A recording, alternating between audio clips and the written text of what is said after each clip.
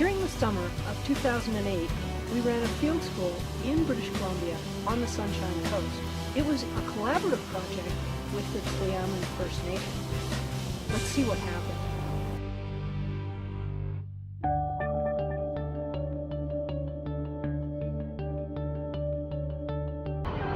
One of the more interesting things that we encountered this summer, and sort of an interesting facet of what's going on in our field school, is that we're working in the shadow of probably what is one of the longest, I don't know if it's one of the longest running, but it's definitely a very old pulp and paper mill.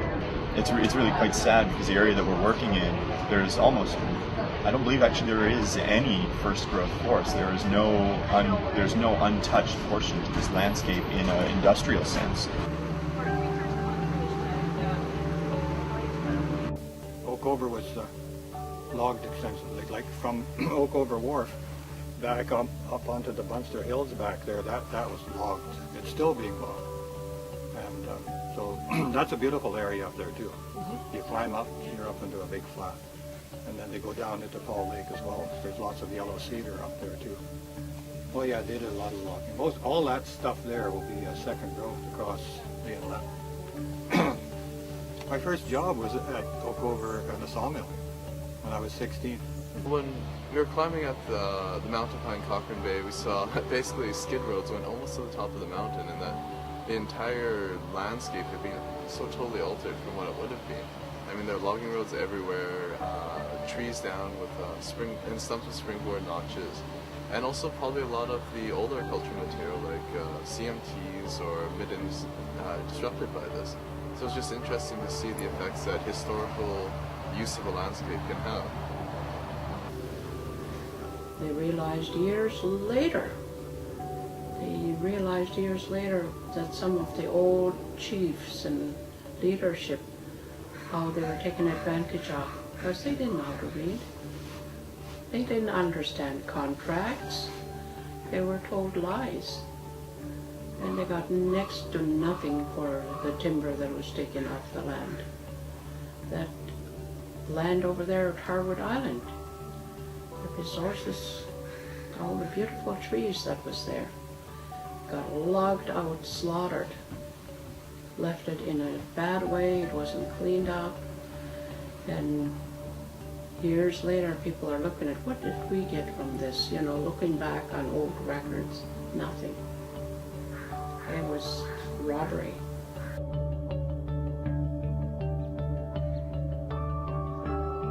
And just living in Powell River, we are very, very aware of how heavily impacted that landscape is, and consequently how heavily impacted all the traditional foods and the seasonal round of the Tla'amin are by the logging, the kind of small-scale, day-to-day development, and just kind of a century of that landscape being hammered with bulldozers and mills and damming.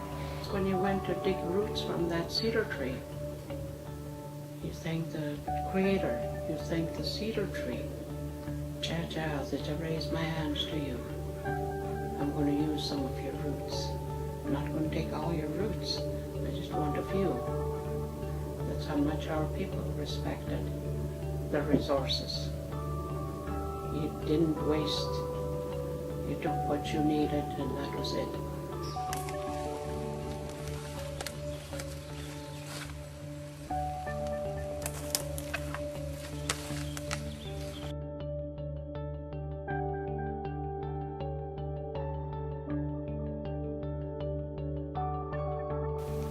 Very